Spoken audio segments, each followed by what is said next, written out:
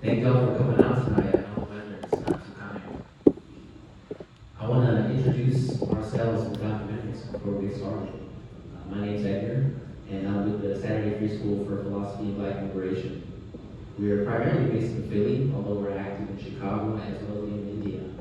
And we are interested in making the world a better place, of course, and we're primarily focused on the ideological struggle, the ideas that allow us to understand the world and ultimately change it.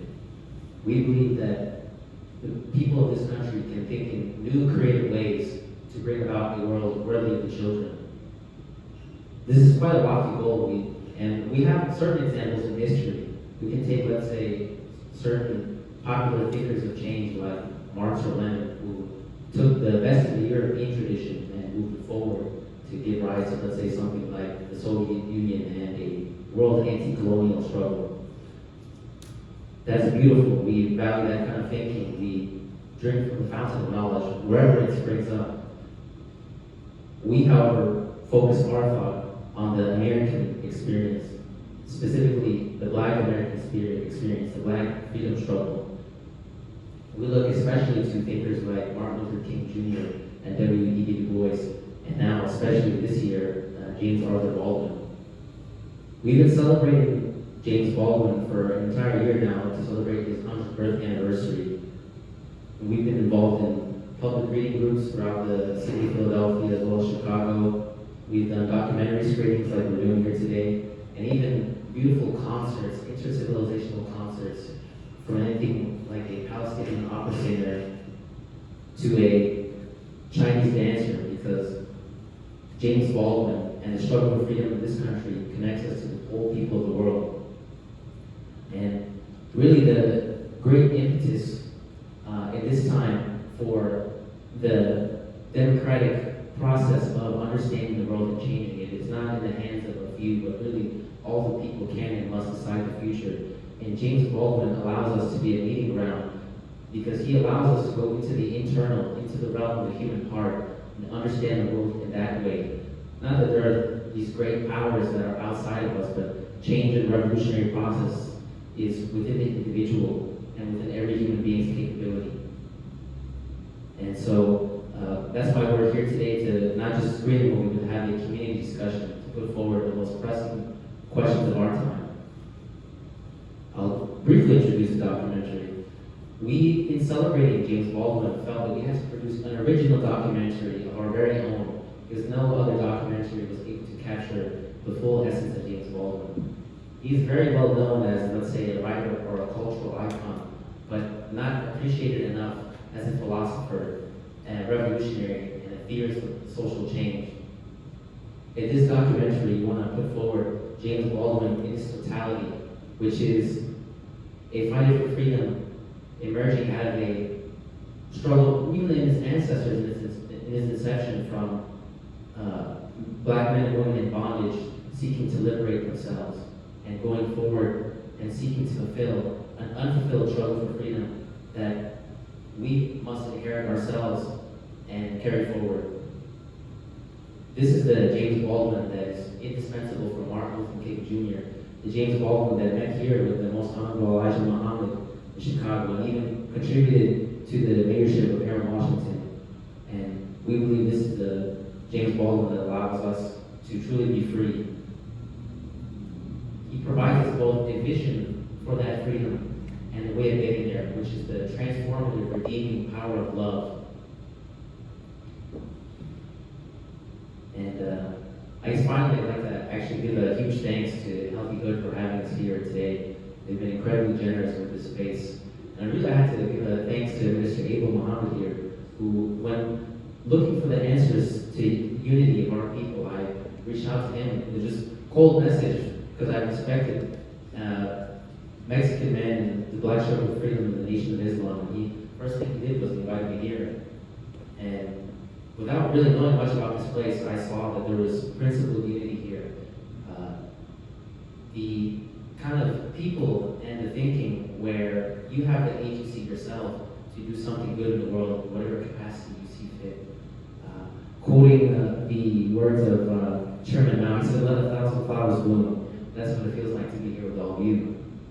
And only afterwards did I learn that this place actually emerges from a beautiful historic struggle of the Lozano family in unity to have the mayorship of Harold Washington succeed, which is a democracy of the people and for the people. So not all places have been so welcoming and open to James Baldwin and revolutionary transformation. So huge thank you to Help Me Good. Thank you all here for being a part of that as well.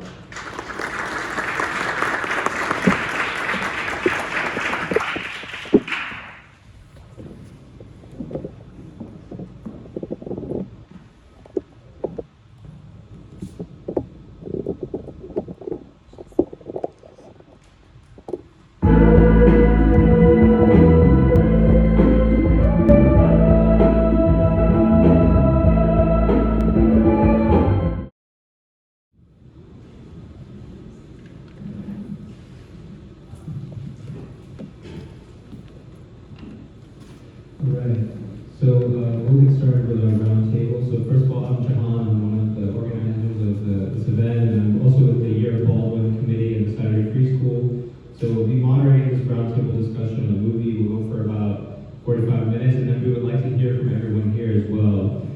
So I just want to start by saying that we're very excited for this discussion, and as you can tell, the film, if you've seen other movies or documentaries on Baldwin, is, I think, quite different from those because, as Eddie said earlier, we see Baldwin not just as a cultural icon or merely a writer, but as a revolutionary theorist. And we wanted to do this roundtable because we feel it's very important to draw out his ideas, especially as they relate to the moment we're in today, and especially the issues of poverty, racism, and violence.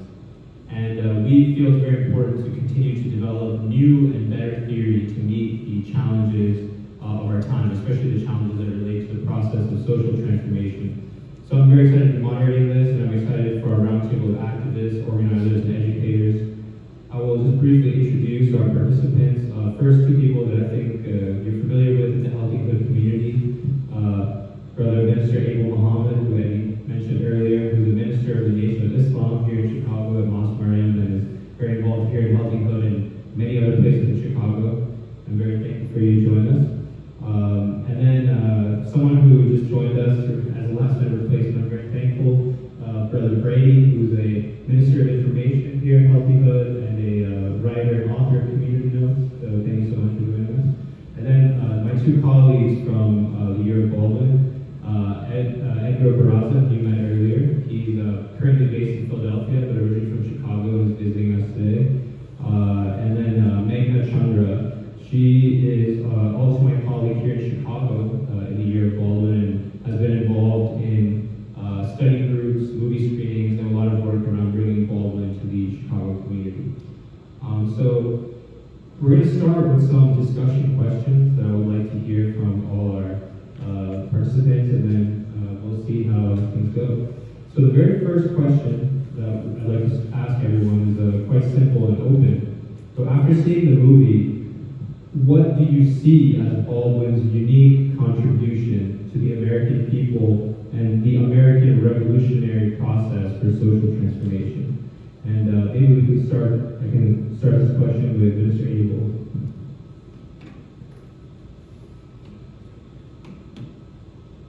Greetings to everyone. Bismillah and the beneficent, the merciful. I greet everyone first in the peace which we say in the language of Arabic, we say Assalamu alaikum. In English it means peace be unto you. In Spanish, significa la paz sea contigo. And I think, to me, this is my first time watching that documentary. I've seen others on it, but it's a very different tone that this one set. And the thing that kept coming to my mind was speaking truth to power.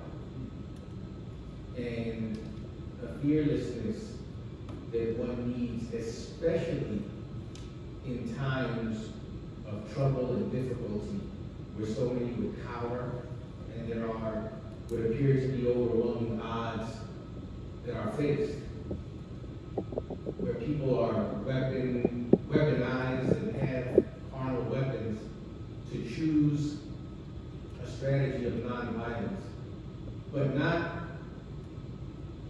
also still confronting. That's very unique, I think, because sometimes we may look at such a strategy as avoiding confrontation, avoiding the difficult task of pointing out to those in power where they are wrong. And I think that sort of moral compass that our brother, Mr. Baldwin, really was adamant about. We saw him on TV programs and some of those clips, and if you go online, there's some really interviews where he just not only educated people, but challenged people on many different levels. And I just happened literally a week ago today, I was in the home right here in Chicago where he met with the Honorable Elijah Muhammad at the Honorable Elijah Muhammad's home, which is now the Honorable Elijah Muhammad Museum on 47th and Woodlawn, 48th and Woodlawn. I was in that house, and just to think that that was already 6 decades ago. Yet if we look at the circumstances that we're facing right now in the society, we need another and many more Baldwins right now that would be willing to point out and challenge, not to allow people to stay in their fear and in their comfort, but it's a time that people have to be challenged to awaken, and to me that's what he represents, speaking truth to power, having the courage to do that come from the scriptures teaching us that perfect love casts out fear. So even though you may be looking at overwhelming odds, and even though we may be looking at what seems to be, insurmountable forces, when we have love, we have all that we need. The trouble is, if we don't have that which allows us to first love ourselves, then we never get past that initial fear. And Mr. Baldwin, I think, is evidence that we can and we must do that if we want to make a change in society. Thanks so much, especially for making the point that nonviolent resistance is not the same as non-resistance, which is something called. But I'll direct the question at Edgar. Yeah, of course. So, James Baldwin, I think, is indispensable for understanding the American revolutionary process thus far, making sense of the world right now, and having a vision for the future. And I'll go about this, I guess, in an interesting way, which is how you know determines what you can know and what you can do. Baldwin gives us a very unique and indispensable way of how we know, whether it's in his novels or his essays or his interviews. I would say that he thinks and presents what I would call a concrete universal. When he's writing about a specific person, someone that has lived and lost in love, and he really, in an act of love, gets this depth of understanding of this specific person. But he does this not as a person separated from society, but he writes in such a way that you're like, wow, this person could be me. Or even more stinging and painful but necessary is, oh my God, this person is me. A good example, I read with some friends, Go Tall on the Mountain, his first novel, where he talks about his father coming out of the Jim Crow South, and in a painful way, his father was doing harm to his family. And I read this with, let's say, some women who are not violent at all, and they're like, wow, like, that man, he's able to write about his father, he's able to write about me. So this concrete universal where the essence of the human experience is related with all of us, and we're able to be connected to one another as part of a whole in society. And what's revolutionary and powerful about this, especially for how we know, to what we know, he's able to look at the United States, once again, even coming from the development of his family, people leaving the South after being liberated from bondage, and able to understand and look at the depth of the interior life of someone, to understand, for example, or very specifically, whiteness, which is related to skin color, but it's not exclusive to skin color. One, it's a choice you make to see yourself as a superior, needing an inferior. Of course, this came out of the necessity of what was done to our people in this country in slavery. But after the emancipation of the slaves, it was a choice that every man, woman, and child had to make on how they wanted to view themselves and be in the world. And related to this sense of self and choice is a moral abdication of responsibility associated with white art that is essential to whiteness. And in looking at the historical development of this country, which he does to human beings, people, even himself, he sees how society has been organized around the principle of white supremacy. Yes, that there is certain exploitation along the lines of capitalist development, which is damning and destroying to so many lives around the world and in this country, which is a part of white supremacy. But he doesn't limit our thinking to simply one sphere or one part of a whole. And he was able to recognize, in light of the recent goings on back home, this is my role. Let me do that. And so that pivotal moment, I believe, was reflected numerous times through the rest of his life whenever he entered a room, whenever he entered a discussion, whenever he was enlisted by somebody to help with the messaging. He was always able to identify as a writer, as a communicator, as somebody with a reach, as somebody who can tell stories, what is my role in this scenario? And let me just do that role to the best of my capability. And so, from making that decision time again, after that recognition from his place of relative comfortability that what his role was, by practicing making that decision, he gained more and more experience that led to the insight where somebody, it wasn't that in most of these situations he was in this documentary, he wasn't in a room to make a statement. He was in a room to represent himself, and he was being asked questions. And he knew how to respond in a way that guided the American people based on his experience of continually choosing his role, recognizing his role, and then choosing his role, which are two separate things, and both of them are processed. So to me, that sincerity, that authenticity in each stage of his life that helped him decide to know what was the next direction that he was going to go in, that's something that is unique to him, and I look at it as his unique contribution as something that I hope to learn from as well.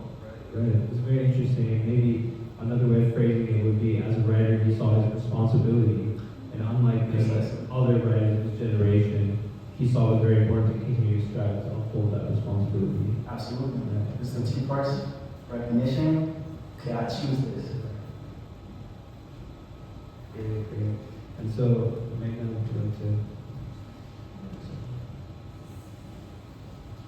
Yeah, I just, I really love what everybody said already on this panel, but I also think of, we can understand the structure, we can understand the ways that different things work together to make something happen, but ultimately a structure is made up of people who make choices, who make decisions, who choose to take responsibility or not take responsibility. And just how do you explain this thing that we're in, just the evil of it, a war economy, a system that will choose money and greed and power over children. How do you make sense of this? And I think the concept, the theory of whiteness, the white identity, as an obstacle to the realization of humanity. What have we all been put on earth to do? And I think it is very simple. We have been put on earth to love each other, to strive, to know one another, in all the differences and diversity and variety. But I do think the world also needs Baldwin because whiteness is exported. it might have, multicolored faces, but it's exported all over the world. And I think Baldwin really clarifies what this is, and the fact that if you go down this path, this is a path of moral and spiritual death. And I think, to be a revolutionary, you have to say, I don't want to be white. I identify with the Black freedom struggle. I identify with humanity. And he just puts things very clearly, very, very beautifully. And yeah, I think he has, to your point, Brady, I think there's a scene where it says, there are a lot of things I can't do, but I can mess with your head, because I'm a writer. And the way that he can just make you weep and weep and weep to go through the most complex, difficult human questions and come out at the other end once he's just destroyed you and said, it is still possible, you can and you must go on. An incredible revolutionary. We just pay our respects.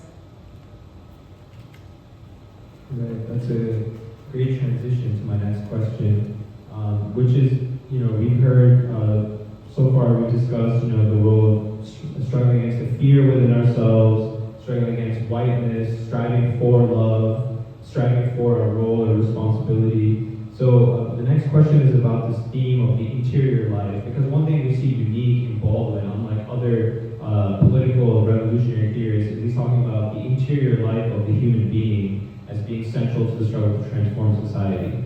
So the question is, drawing what lessons can we draw from Baldwin, especially at this point, that what is on the inside manifests itself on the outside of society? What lessons can we draw from this teaching, from Baldwin's thoughts, on how to conduct our interior lives to meet the challenges of this moment that we're in? And, anyone who would like to jump in is welcome at this point. Yeah, I'm happy to start. I'd like to say that, on the face of it, obviously the premise is kind of simple. The idea that you can work on yourself and it's going to have some impact. And so there's some level of responsibility that rests on all of us. I think that's the easiest part of it. That's the most simple part of it. This is much crispier. I like it.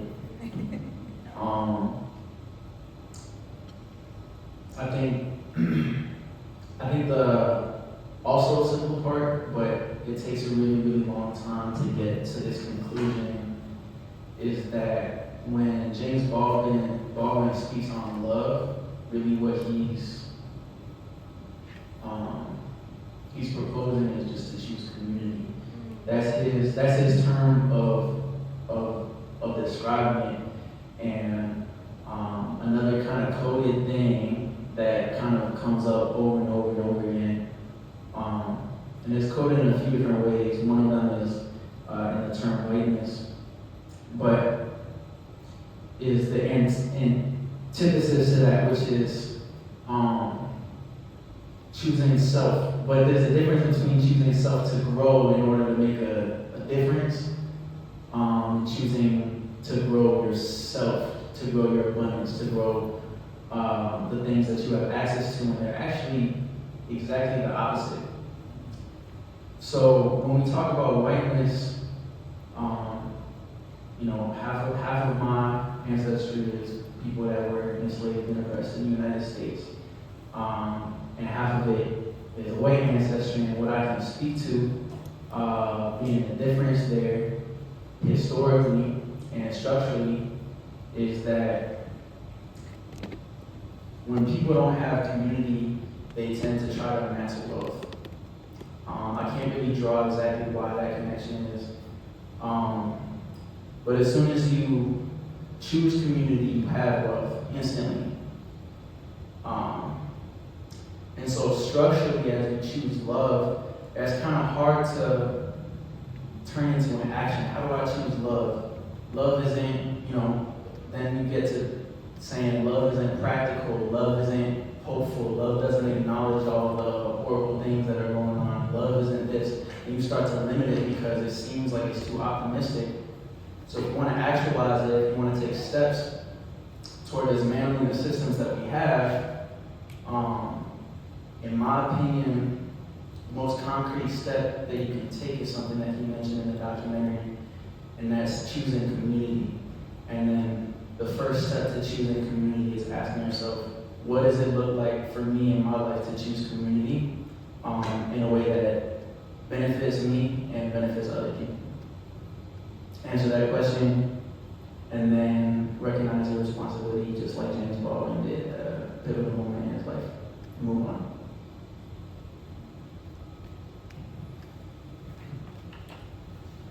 Yeah, this question, man, since it's such a personal question, I gotta give a relatively personal response on how to conduct our interior lives. You know, and I relate this again to whiteness and a moral choice. So my family is not from America. My family was born in Mexico, and I guess really growing up, I had a certain amount of resentment towards this country because I was like, yo, my family could get like thrown out of this country. And so I don't feel accepted here. I don't feel that this place is for me, and so I don't really care that much about this country. But I feel like, and then I also saw how like, people were, and I said, I don't want to be like you guys. You guys don't conduct yourself in a way that has any heart. And yet that attitude of mine, where I only care about elevating myself and maybe my family within the society, I could not even learn to speak English and yet conduct myself under the idea of whiteness with all intents and purposes without even knowing about it. I wouldn't make that moral choice. And you know, I think about, like, for example, I'm going to reference a parable in the Bible that I got from King, where he sees someone hurt on the side of the road, and he says, someone might ask, what will happen to me if I help this person? Because this could go wrong. And then he flips the question. He says, you should ask yourself, what will happen to this person if I don't help them? But then I flip the question again and be like, what will happen to me if I don't help this person? Who will I become if I live my life selfishly and unwilling to give some of myself to other people? Some of it can be very painful. You know, even if it's just like when I'm on Twitter and I see what this country has been doing to the Palestinian people, it hurts me to see these children being bombed, and I can have this propensity to want to shield my heart from that. And this whiteness, I think, is connected to unwilling to feel pain and face reality, to protect yourself, to choose safety. And this can be a very private matter. You know, I can just scroll through, but I think it does manifest itself in the way we live our lives and how we treat each other. Something as simple as what you choose to really engage with on the internet. I'm not suggesting we spend a lot of time on the internet. I think we should be communicating with one another. But yes, this interior life is inseparable from the exterior life and how we even view ourselves and treat each other. It makes me reflect. There's two scriptures that come to mind, and something that I learned from my teacher, the Honorable Minister Abel. He's given us a set of study guides entitled "Self-Improvement is the Basis of Community Development," and it really is the essence of what we're talking about right now. It really removes hypocrisy from our lives, where we view ourselves based off of a certain criteria or standard, internally knowing what's right versus knowing what's wrong. Yet we excuse ourselves from doing what's right and living then in harmony with our own creed or belief system.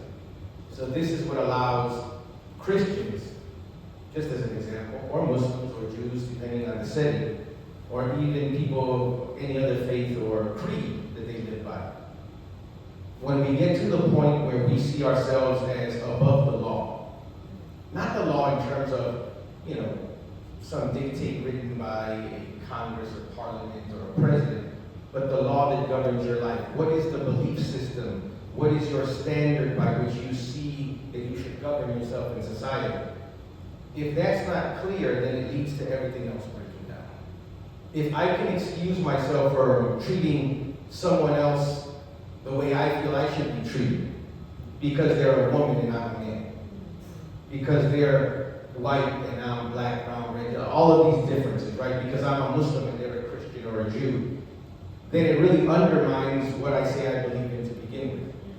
So every spiritual system in the earth has one core kernel essential that it really, if it is a true spiritual system, gives to its adherents.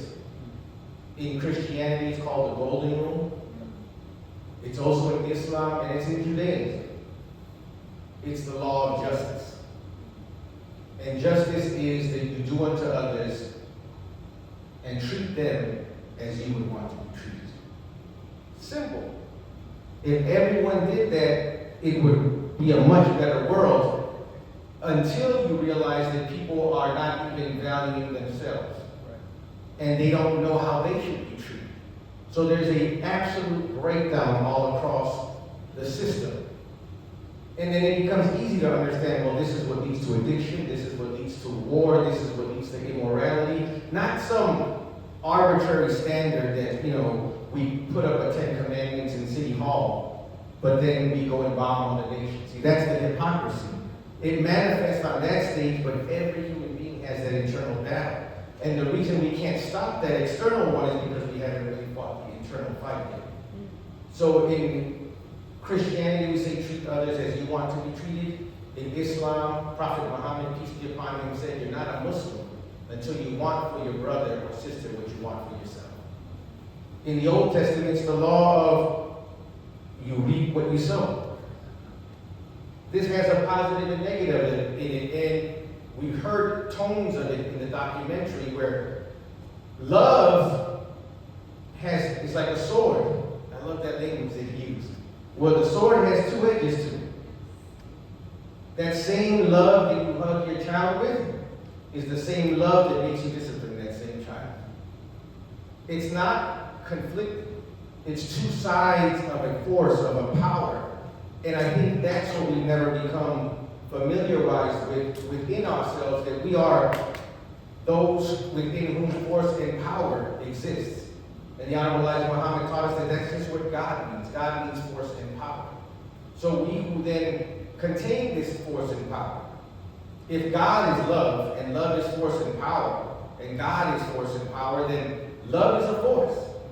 Love is a power. But we've never been taught how to use that force, how to use that power. We don't even know what it is in our life. So now it runs rampant throughout our lives. We become emotional, and now we're easily swayed in this direction. And if you see what's happening in the world right now, absent of voices like James Baldwin, we now have a media that is flooded by lies on all sides.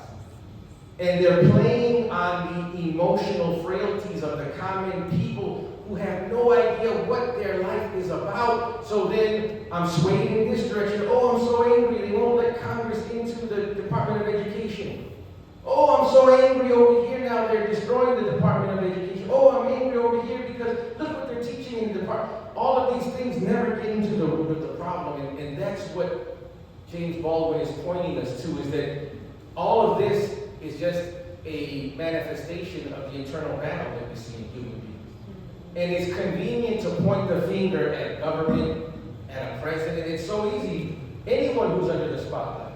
And with social media today, there's so many under spotlights.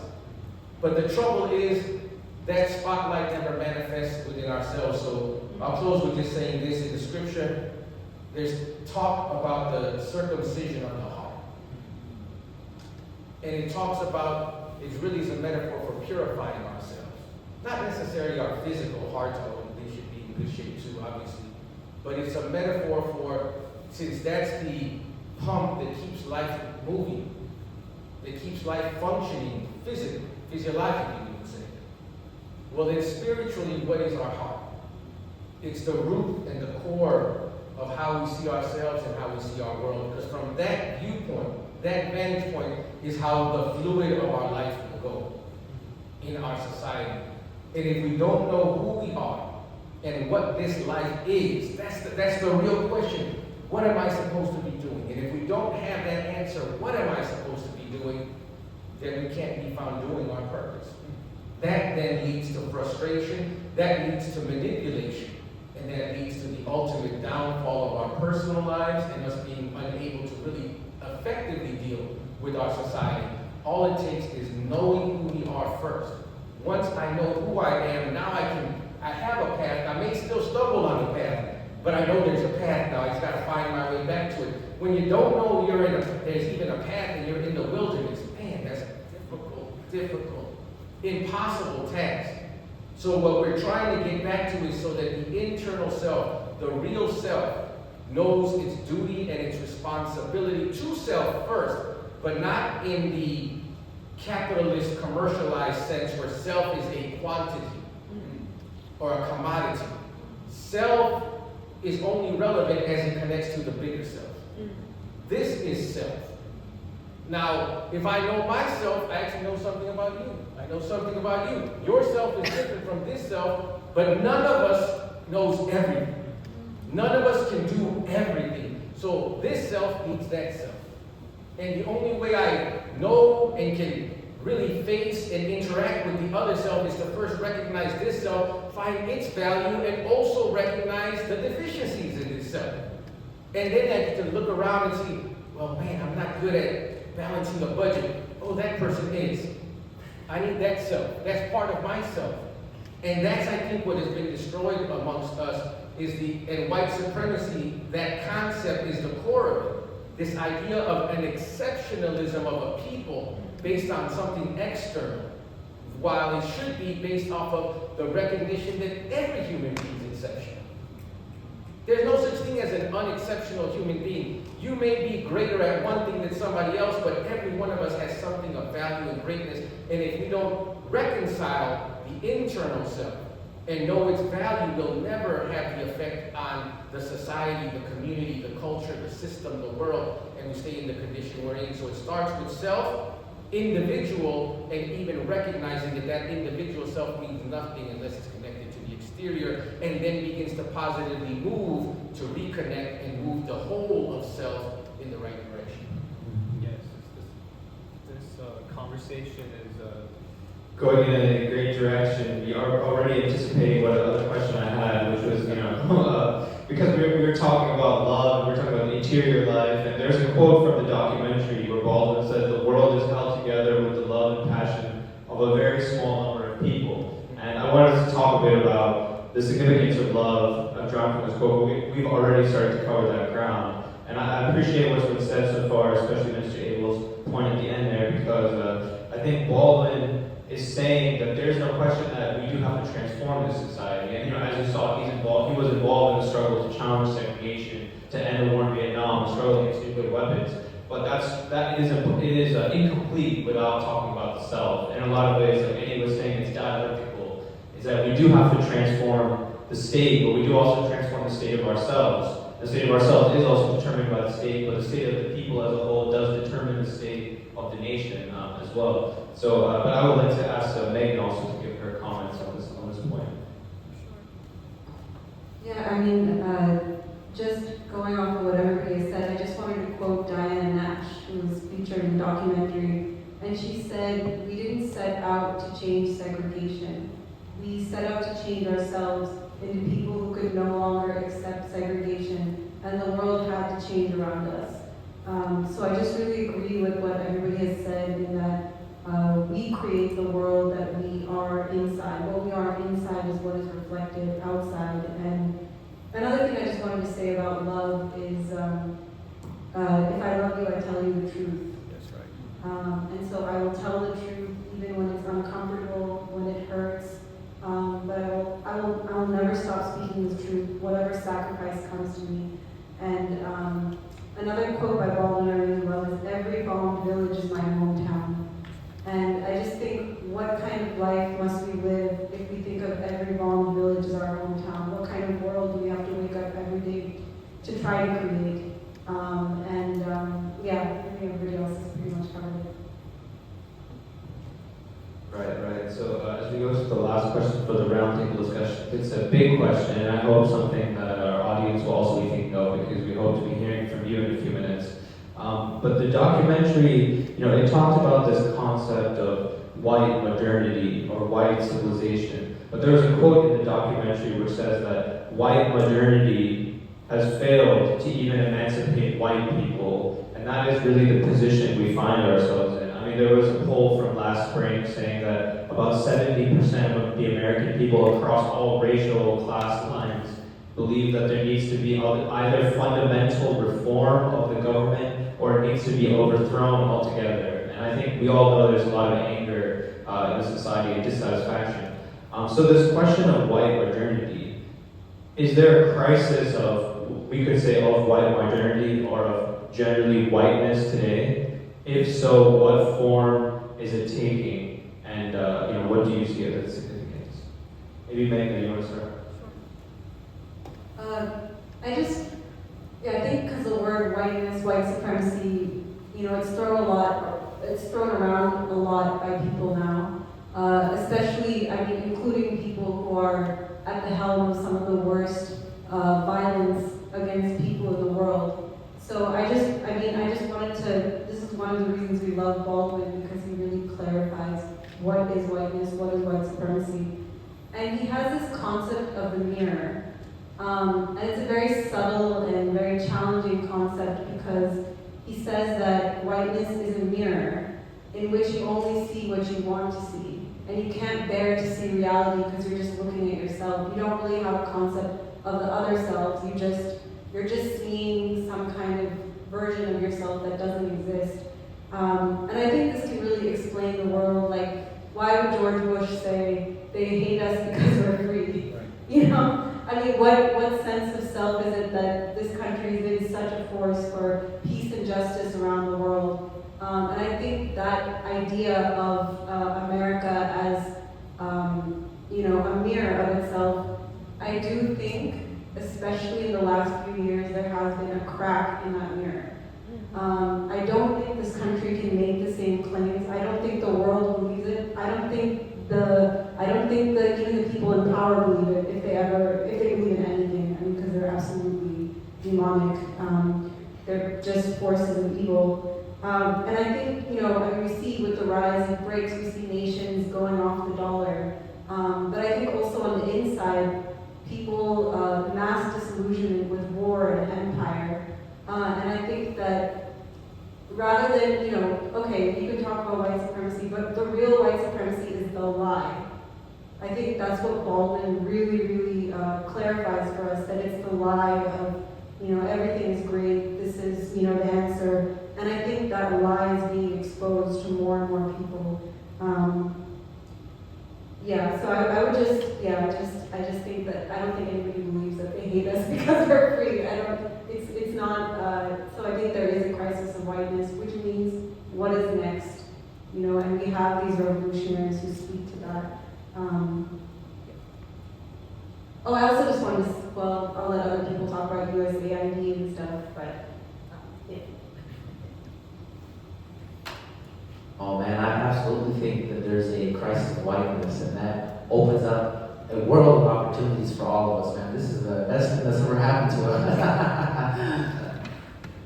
This production and reproduction of society where you have a supposed superior and an inferior cannot hold for very much longer, because this production and reproduction of whiteness has even failed to provide white people with a life that they feel is worth living.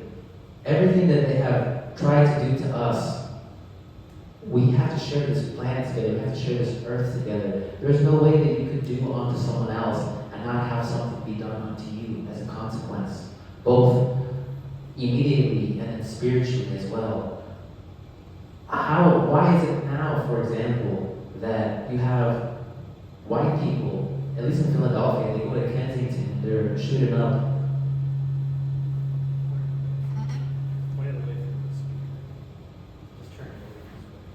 Okay, yeah. How? Okay. is good. I like looking at you guys. I want to make eye contact with you. How is it that everything that white people have tried to do to us is happening to them? People are very upset and trying to externalize the problem and say, oh, China is a threat to you. These other people doing good for themselves, that's why your life here in this country is threatened, your prosperity is threatened. When, because of whiteness, we're unable to see what we have done to ourselves and done to our children even. You can't make music that talks about shooting people and disrespecting women and that not affecting you. You cannot have a violent society. You cannot have the mind of the human being in this country primed to accept violence against the darker peoples, to be able to look away to what has been done and still being done really to the Palestinian people, and not have that affect us here to where we have a violent society. It's no consequence that I think the number one school shooters happen to be white people. I mean, unfortunately, we're shooting each other too. It has affected all of us, this mindset, but the myth of white supremacy has not been able to hold, and now we have to think about what will be able to replace it now that it's not true that we are supposedly the best in the world. And I think Baldwin is indispensable in this regard, especially with the power of love. And love here I say as like a political and a soul force. I'll use some of the language that I've learned from you, Minister Abel, where you say love of self. Love as a political force. First, you have to recognize your own capacity for social change. You have to recognize your own capacity to change the world. And you can, as many other people did in this country and our ancestors, said, I recognize my own capacity to remove my participation from a system of evil. I refuse to accept my position in the society at the bottom of society. And I don't want to be at the top either. If anything, with this love, I think that maybe I could raise you to my level. Maybe you could have a sense of yourself that doesn't need me to be inferior.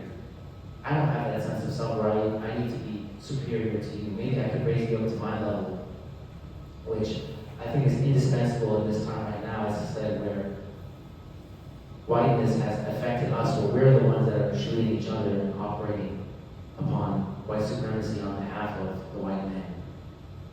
And then second, this power of love, this generative creative force that allows you to envision a completely new future that has yet to be made, but is well within your reaching capacity.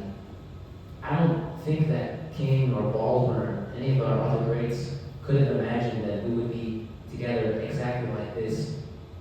When we read Letter to My Nephew, I was reading it with some old people, and they're like, "Oh my God, I'm retired, and I feel like Baldwin is writing to me." And I said, "Wow, I'm young," and he couldn't have known that I was going to be writing this, that I was going to be reading this with you. But I think he's writing this to me too. And so this generative capacity, this imagination to envision and create something new, and to be able to see someone for who they are and love them so that they can be who they ought to be, which in turn will allow you to be who you must become as well. And I think that this is a serious crisis of whiteness that we have some answers to that is still in the making. We still have to decide it to ourselves, but we're in good hands right now with the crisis of whiteness. I think it's a crisis for them. This is an opportunity for you and I. Yeah, I just wanted to say that, one reason that we are celebrating Baldwin is because he's a person that brings a lot of optimism. And, when we say white modernity, we're talking about the fact that white supremacy is not just in the U.S., but it's shaped the modern world in many ways. You may call it neo-colonialism, colonialism, imperialism, it is something that shapes the world. Baldwin was very prophetic in seeing its crisis and ultimate downfall. He wrote in 1980 that just because the world is ending America's illusions does not give America the right to end the world. And in the same essay, he said, we have survived children. And he's talking about the election of Ronald Reagan, which was another time of fear. We have survived children, the last white nation. And when he said that, he's emphasizing the fact that if this society can be transformed, if this, the unfulfilled dreams here can be fulfilled, that it can create a terminal end to white supremacy in the world. And, so there's always reason for optimism. Would you all like to comment? And then we'll turn to audience. Sure. So, I think the juxtaposition that I'm hearing, I'll just keep it short to me. I just think it's sometimes it's an easy distinction to make as long as you make it. It's just the distinction between individualism and individuality. Like what Abel was speaking to of not being exceptional, but having an individuality about you. You know, that somebody else can celebrate and push forward and encourage. And you know, you do the same to that person. Success at the expense of another person, or success including another person. You know, like it's two different mindsets. And imperialism has one mindset. White supremacy has one mindset. Everything that we're speaking out against has an individualist mindset where we all compete on the same plane, and because we competing on the same plane to be the best, you have to get rid of this idea of the best. Because as soon as there's an idea of the best, it's like, okay, I want to be that. Why would you want to be that? Because as soon as you feel like it's not a place where you want to. It's not a framework that works. It's not a framework that even makes sense. So why are we competing? If that's not the framework that we believe in, I'm competing to be the best me with myself, and then you're competing to be the best you, and that's how international relations should work. When we come to the table as countries and we're negotiating, that's how communities should work. At the end of the day, everybody can reach their full potential at the expense of nobody, at the benefit of everybody. And that's just the shift that I'm hearing when you speak. That's what I heard. Yeah, I just wanted to say, I love the way you put that because, white modernity, it gave the promise of the individual. And in an era in which, there was feudalism, tribalism, that may have been a progressive idea. But we saw, the idea of representative democracy, even free enterprise, the individual. But you see how history has moved forward with the color line, slavery, colonialism. That idea of the individual can go from one that frees to enslaves. And what we try to show in the documentary is that through the Black freedom struggle, through the struggle of the darker nations, there's an alternative. We could call it a colored modernity, a darker modernity, in which we go from the individual to the question of the human being, the full development of the human being, which would mean the full development of all, which is what a figure like Baldwin represents. And if I could just close with this point, I think there is a crisis because the idea of white supremacy has expired, the time frame for that. So now there has to be a modernization of then what is the purpose of white people. And so it's the same, it's universal. If they as a community of people don't know why they're here, and it's interesting, you pointed this out earlier in your comments, there seems to be a connection when we don't know purpose, there seems to be a drive now for material things. So the character that has come out, instead of going into self and finding out what's wrong, how do I fix this, and modernize it to the modern times to adjust for the circumstances, because that idea which was false has now been proven false. Scientifically, educationally, athletically, spiritually, all of those things, you can't say whiteness is better just because it is. That's been proven false, so now there has to be, well then what is our purpose? As a community, as individuals within that community. And because there's a lack of that, instead now there's a drive for colonization, for taking over all of the things of the earth because I don't have, it's that same void that individuals feel. I don't know why I'm here, so let me go get the bag. It's that mindset now on a global level. So it's the same crisis of every human being right now, because we're, I think, at a time in history now where there is no running away from it. That mirror is right there in our face. So I'll just say this, that when he met with the Honorable Elijah Muhammad, James Baldwin, they talked a lot about white people. And he agreed, and he said something. There's actually a quote from Mr. Baldwin on Message to the Black Man in America. And I wanted to read you what he says on there. You know how they have little inserts on books that tell you from famous people or whatnot about what you're about to read. On the back cover, it's a quote from the New York Times, from Jet Magazine, from former Harvard professor Arthur, I can't remember his name on here, but then there's in Esquire magazine basically. But then James Baldwin, this is his quote: Elijah Muhammad has been able to do what generations of welfare workers and committees and resolutions and reports and housing projects and playgrounds have failed to do. He has done all these things which our Christian church has spectacularly failed to do. It's interesting to me because he was pointing at something that he saw as success. And it affected him to the point where he writes about that experience in his book. That meeting was in 1961, and I believe they said the book was published in 1962 or 3. The Fire Next Time. Because it is a mirror that the Honorable Elijah Muhammad was holding up since the 30s, 40s, and 50s, not only to white America, but to the rest of the planet. When he used the terminology that white people are devils, white people didn't like it. Black people didn't like it. Nobody liked it. It was a mirror. It was a criteria to say there is no spirit. There's human beings who are either good or bad. It's not your color that makes you bad, but it's your actions. So now it becomes a mirror. And since that time, there has been a movement in particular amongst all of the people, but amongst white people, to try to move away from being judged as a satanic force. Because if you look at the history, it's written in the blood of all of the darker people of the planet Earth. Those are not angelic work, those are devilish works. But it's a scientific language, but it gets an emotional arousal out of people. How could you say they're devils? How could you say they're not? Let's look at their actions. So now history. People go into their records, they go into history, they start looking at, man, this is messed up. There's a book you all should read called We Charge Genocide. It's from the 1950s. I think it was 1951 that it was published. But it involves Mr. Du Bois that we saw in here. It was a petition, a paper written, taken to the United Nations that had just been formed a decade before, charging the United States with the genocide, which was a very new word at that time, right after World War II.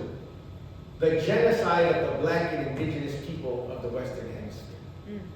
You've never heard of that book, but it was written and signed off by some of the greatest leaders and thinkers of the time, and it was out of print, and eventually it was at times, for periods of time, banned.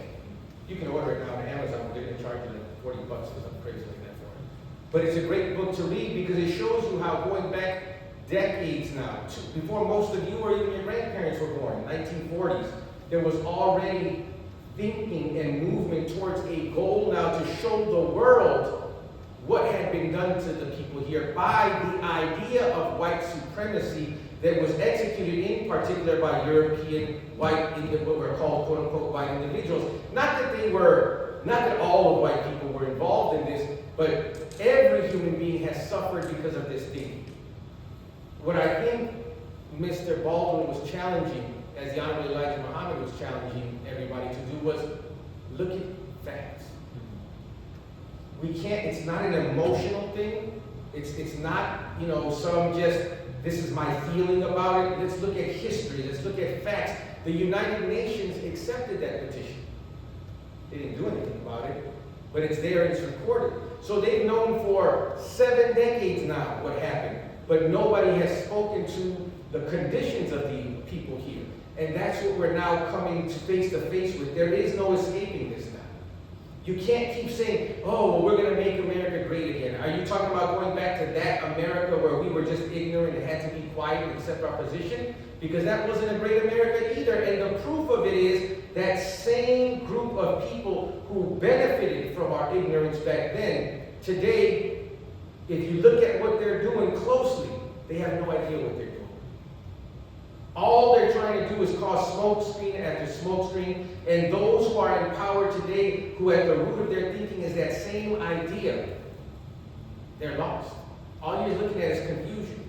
Confusion and more confusion of the people, and we're looking at them wondering, wow, why can't they figure this out? Because it's not theirs to figure out. The time has expired. The thing that is delaying this more is that we're not doing what we're supposed to do. That's the challenge. The modernity of whiteness is really the elimination of the concept of white supremacy. And it's the minister coined this phrase, and I'll leave it at this. He said that black excellence destroys white supremacy. Not that our color, not that just we're viewed everywhere as the darker people, that's not what destroys it. Our rightness, our showing the world that we don't just treat ourselves and our own people well. Every human being has a right to freedom. Every human being has a right to justice. Every human being has a right to equality. And if white people can grow into that thinking, it will destroy the supremacy concept within themselves and allow them to be equal with all other human beings. And that would bring about peace. But in order for that to happen, they have to let go of that idea. And we have to let go of that idea. And because we have not done it, we're all suffering right now.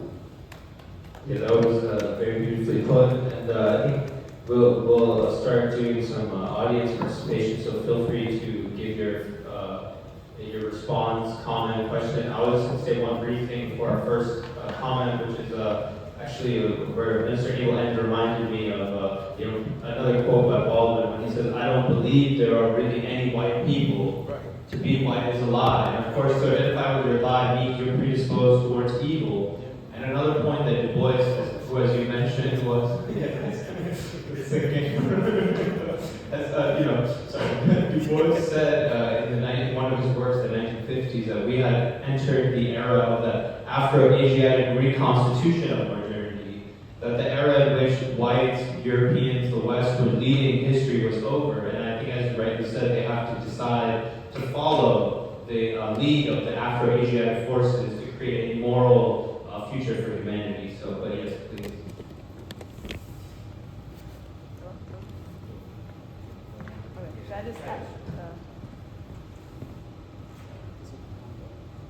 You can start with this. Thank you all for your presence here and sharing a lot of gems. I just wanted to ask, because maybe I might have missed it in the documentary, but there was this continual statement of questions that weren't answered.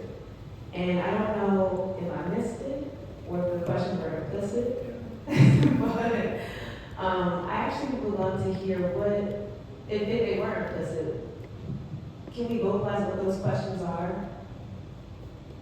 that the documentary was trying to... You're talking about, like in the beginning, it says to answer the unanswered. Yes, and it said it throughout as well. Right. Well, on my end, I can say that basically what we're talking about is with this question of white modernity, that in the United States, for example, the fact that It's supposed to be a nation where the Declaration of Independence and the Constitution say all men are created equal, and there's the legal promise of equality, and we're supposed to be a democratic republic. But yet, black folk are unfree. Slavery, there was a great struggle against slavery, and slavery ended, yet black folk are unfree. And so that's the central contradiction of American history, but also American political, philosophical thought, also essentially of modernity, which is why we pose it as white modernity, that yes, this idea is put forward in many ways, it's a beautiful idea, but it's completely unfulfilled. And so we have to go beyond that theory and beyond the traditional thinkers of even democracy, and to go to people like Baldwin and the other prophetic voices of the Black freedom struggle to understand that contradiction, but also how to move forward.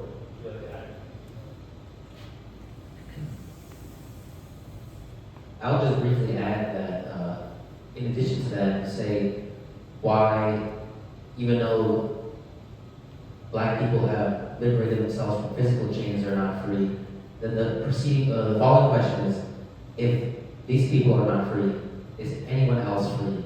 Can I truly be free in a society where there needs to be this kind of human degradation? So there's, I guess, a belief that maybe you can be untouchable, you can separate yourself from other people that are suffering and say, oh, well, at least it's not happening to me, man, so I'm gonna just do everything that I can to avoid ending up in that circumstance. And I hope you don't end up in that circumstance, but I know for a very fact that you are touchable and you are unfree in that society. That person who's suffering is you, and if you are not able to connect with that person and see yourself in them, then you, in a sense, are cutting off your own humanity.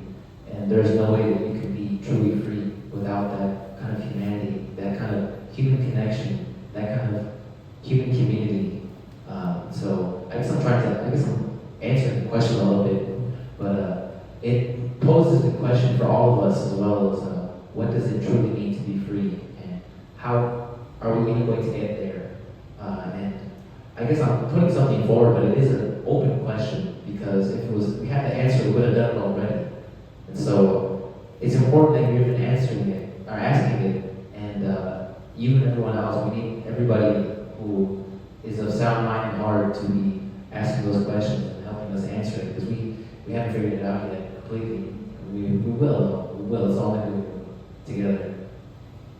I also just wanted to add, there is also a question of, there has been a long history of even revolutionary theory, but it has not dealt with this question of the Black proletariat, the Reconstruction, and why has theory not been able to see darker humanity, even theory that is revolutionary, but it has not really, why has it not dealt with these questions?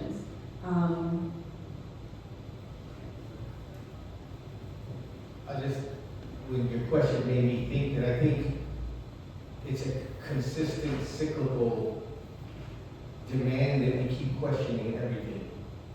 And there's something I forgot to mention, and it was an interesting term. They were talking about a timeline, the chronology there, and the acceptance of it, of which one we would accept. And I think that's a critical component of what we're talking about here, because it has to do with truth versus lies. And us being able to connect to truth really answers a lot of our questions. And if we don't have access to that, if we're denied by being omitted or by being altered in what way we're educated, it creates this huge void, which leads to questions, but they're unproductive questions, because they don't go to the core of the essence of what's wrong. Because if we understood the cyclical nature of history, we could look at it and see what we're looking at. But if now somebody is omitting or altering the facts of history, now we're really in a spiral out of control. And I think that's what, to me, one of the things that really stood out in my mind and it made me question again is us coming to a realization that everything in this system has to be questioned. Because it exists because we accept it. That's the only thing it's standing on. Something as necessary in this society like economics. You can't, I don't care if you're the most hardcore socialist in this society, you're gonna have some capitalist income to go buy food, eat, to do the basic things, right? So outside of our ideals, to exist and understand it, we have to know how it works. But how does it work? We all have learned how to go along to get along, but we don't really know what it is. What is money? I mean, like, what is it really? Well, it's the thing that I take out and they give me other stuff. So it's an exchange, but what are you exchanging? In the old days, I had something, I'd say, hey, I want that, I'll trade you this for that. That makes sense. When I have a dollar bill, what does it represent?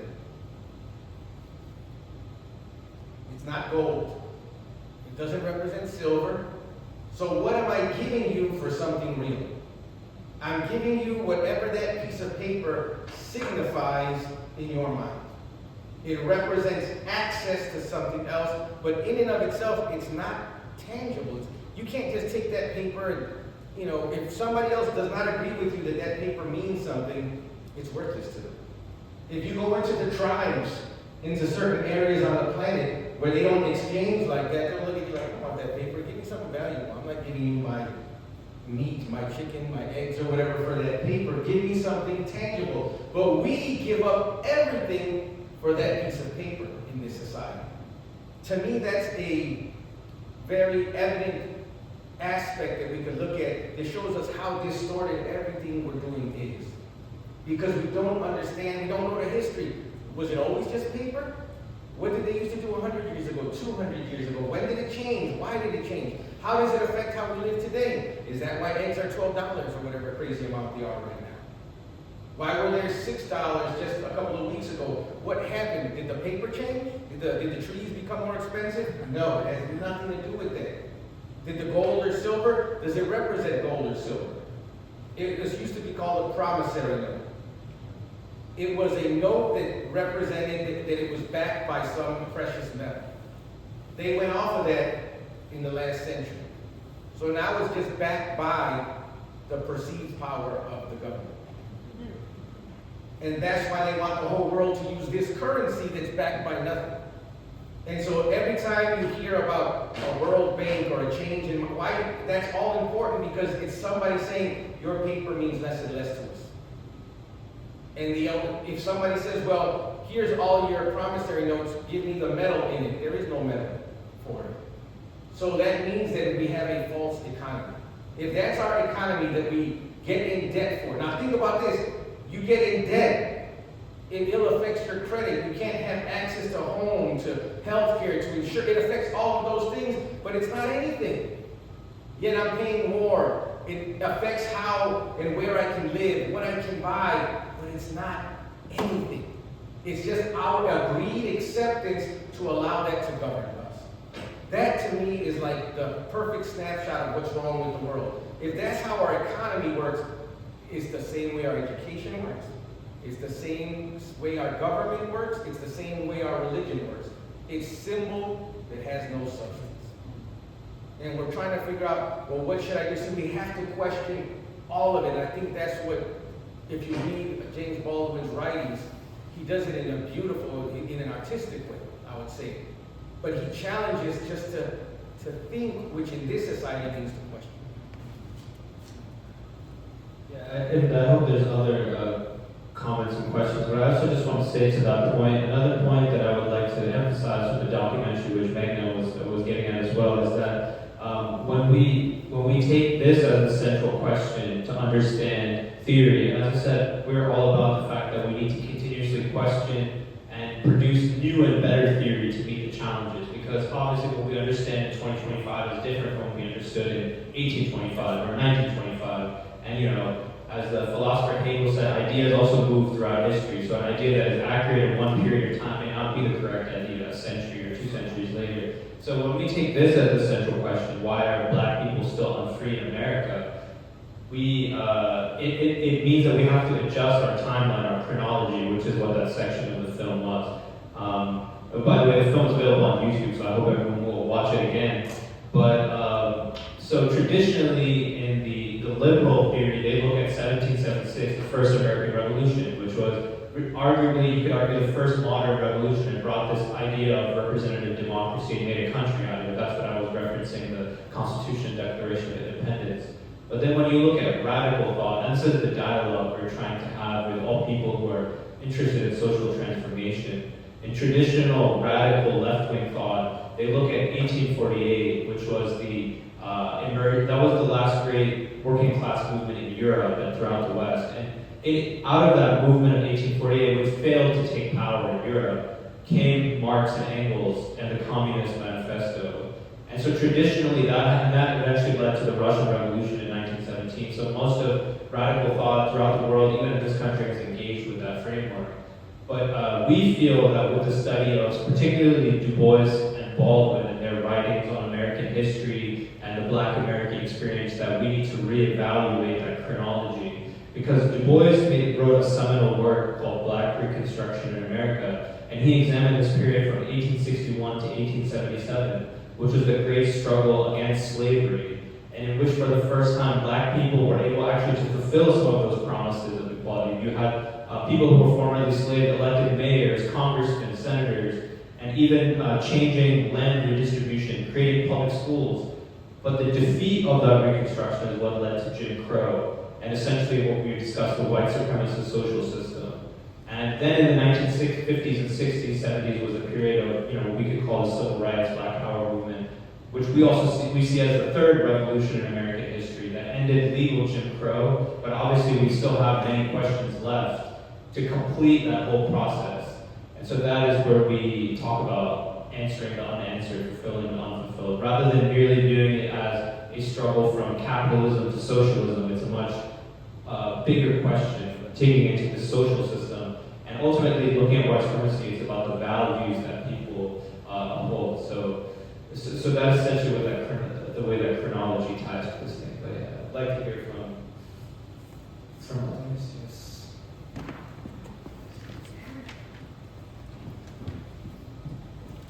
So I guess with the crisis of whiteness that you were speaking of has come like a lot of violent backlash, and I feel like the people I'm organizing with today are maybe less interested in doing the scholarly work and more interested in trying to respond to what feels really immediate, honestly in so many different areas. And so I'm wondering if y'all could speak to what you think the value of theory is and how that can speak to the everyday needs and desperation that people are feeling today, people who are really vulnerable in this society.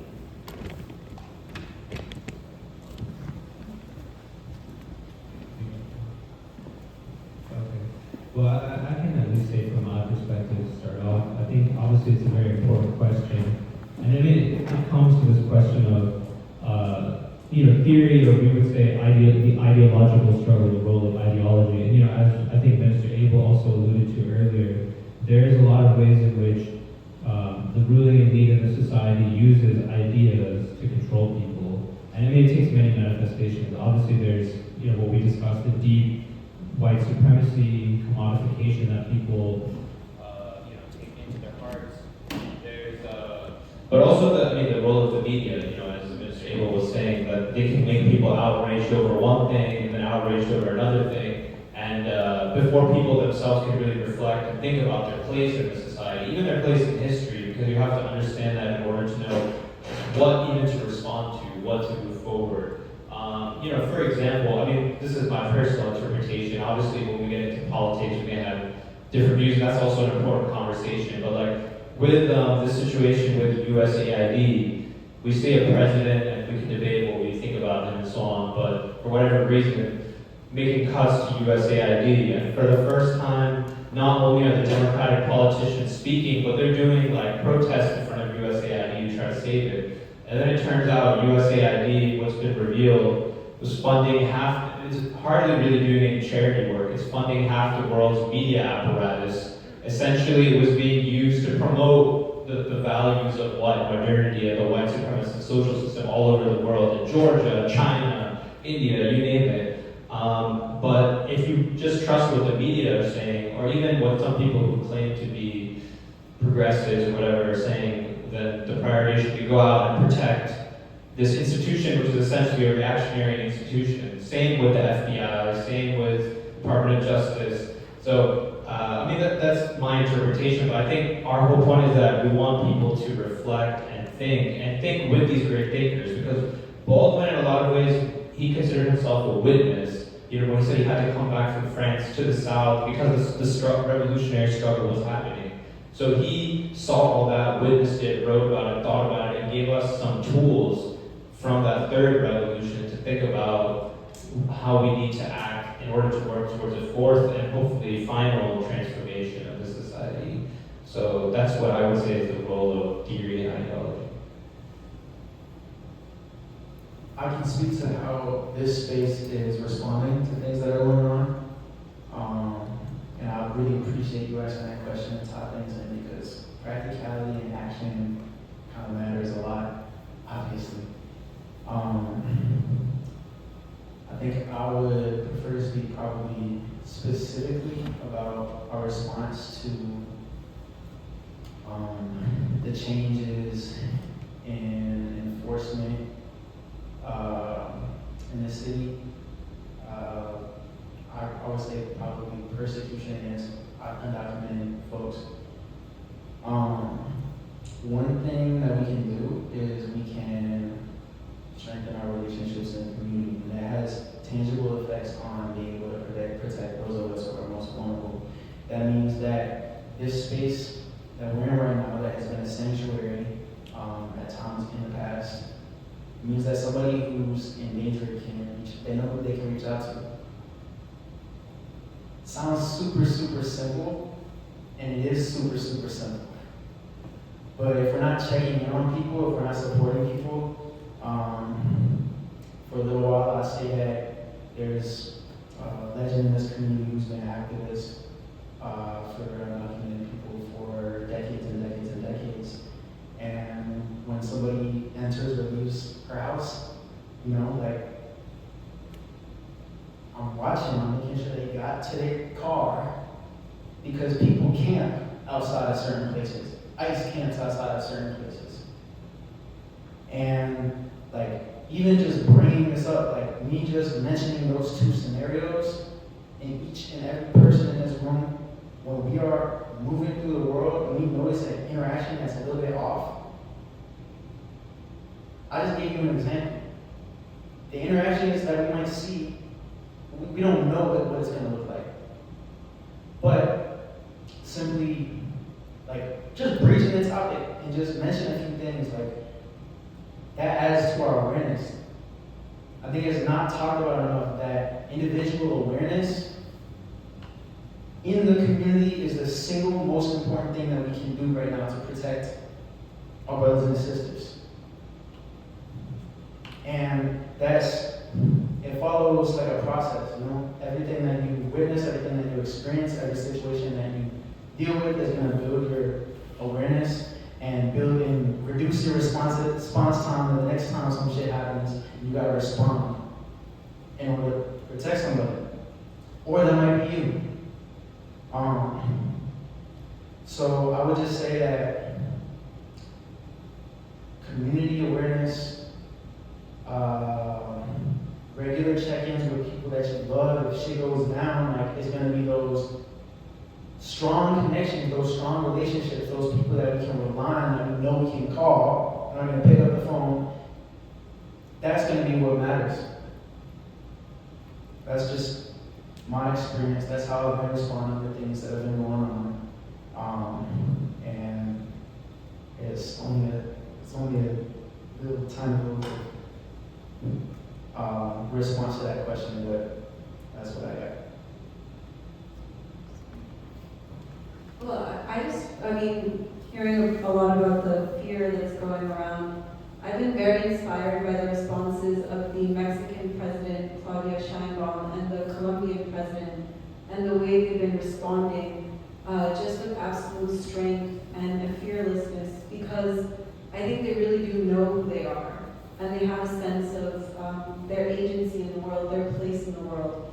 And including, actually, even the Colombian President talked about the Black freedom struggle, and I do think that the way that you respond to situations of urgency and crisis, ideas and learning and knowing your history are absolutely important to that. So I think it's probably more indispensable than ever in times of fear and urgency that we understand who we are and what we're capable of.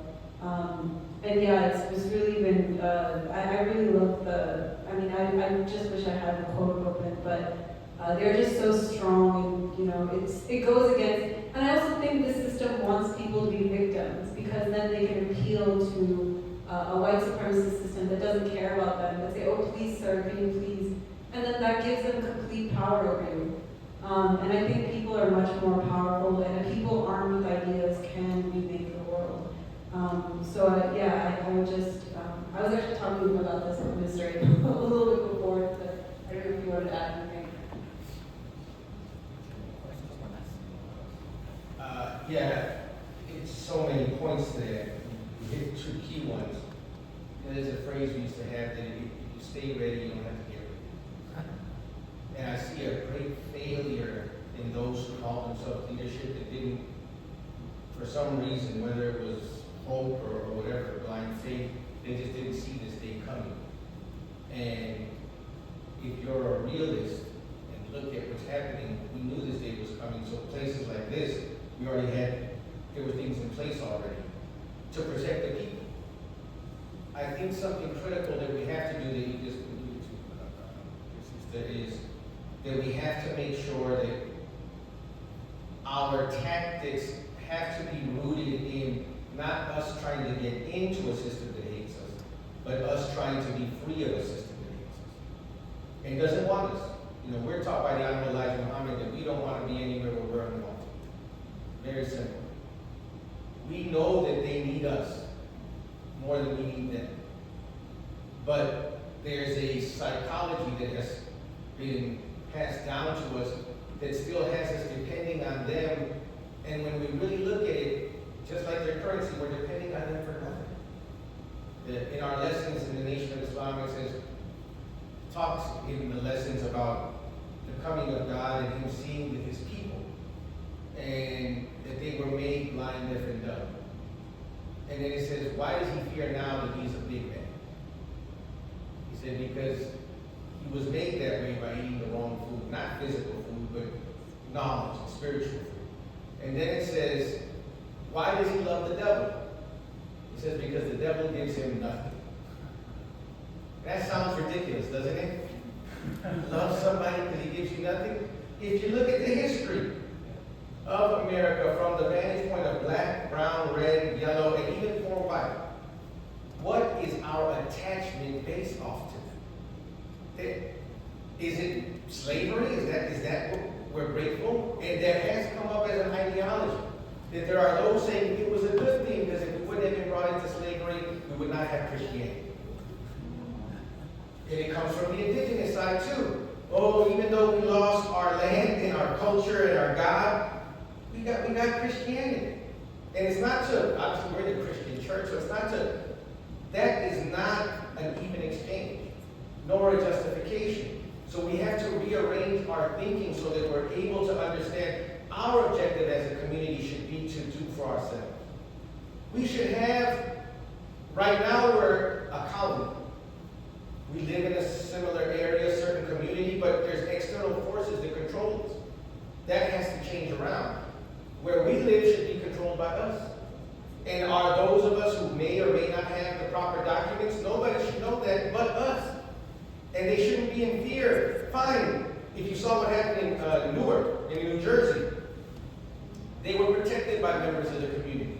By the owner of the store, who was a citizen, who told them, don't come in Monday and Tuesday, I'm still going to pay you. See, that takes a different level of awareness, tactics, and love. And it has to have somebody who's more concerned with the community than they are with their bottom line.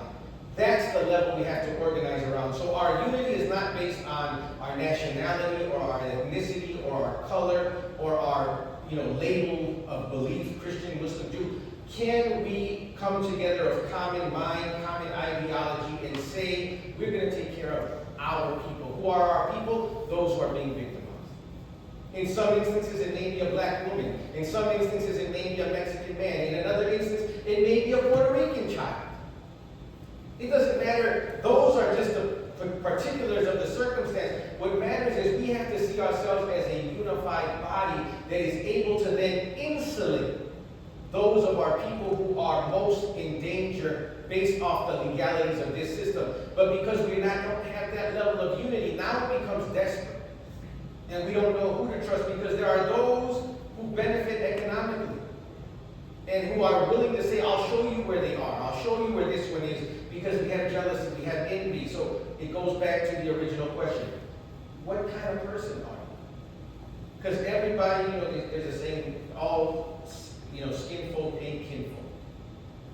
It's not just because you have a Mexican flag or that doesn't mean there are people.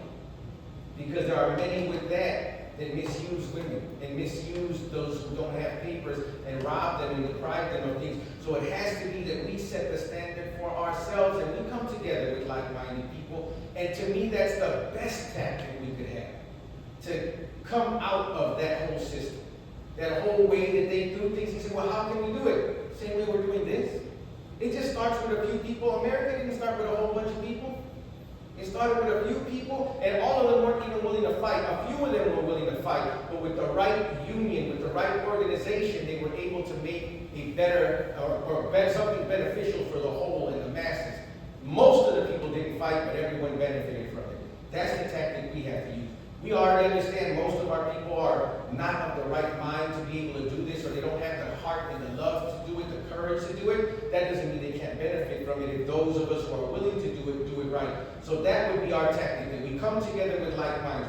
We talk to businessmen, we talk to spiritual houses, we talk to education people, we talk to people who know housing, we talk to people who may have local farms, and we figure out how can we develop our own little community. Yeah, we're not going to all buy plots of land necessarily, but if we're interconnected to one another today, we don't have to live on the same block. We have to have the same mind, and we can look upon one another. And I'll close with this.